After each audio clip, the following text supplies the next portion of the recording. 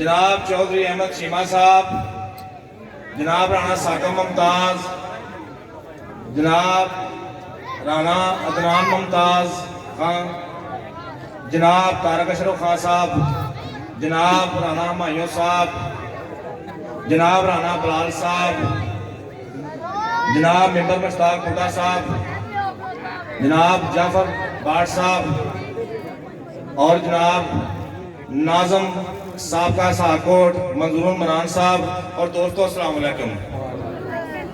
दोस्तों ये जड़ा कट्ठ है एक छोटा जिहा कार्नर मीटिंग सी। ये जड़ा कट्ठ है ये जनाब हाफिज आदम साहब ने कराया एक छोटी जी कार्नर मीटिंग है ते सारे वर्कर बंदे आ सानू बड़ी जाज बंदे किंज इकट्ठे करीदे ने ते ना असी लोगों ने तरले करने लोग असी काम करने लोग साडा प्यार करते हैं। इंशाअल्लाह ताला ये काफिला जिहड़ा है ये वधदा जाएगा इंशाअल्लाह ताला। इथों पीटीआई का नाम निशान मिल जाएगा अल्लाह के हुक्म नाल इंशाअल्लाह। अल्लाह मेरे फजल नाल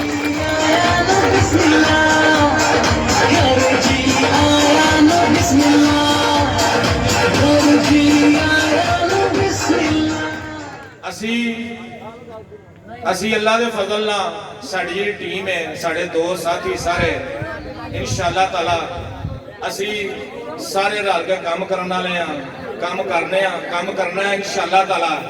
इनू लद्दे वाले नू असां नून लीग का किला बनाना है अल्लाह के फजल नाल। आने वाला वक्त इंशाअल्लाह दसेगा। मेहनत करेंगे सब दोस्तों मैं आना वा जिन्नी मेहनत होती है सब दोस्त मेहनत करन अपने प्यार नाल अखलाक नाल जियां नाल जोड़न। ये साड़ी कामयाबी है।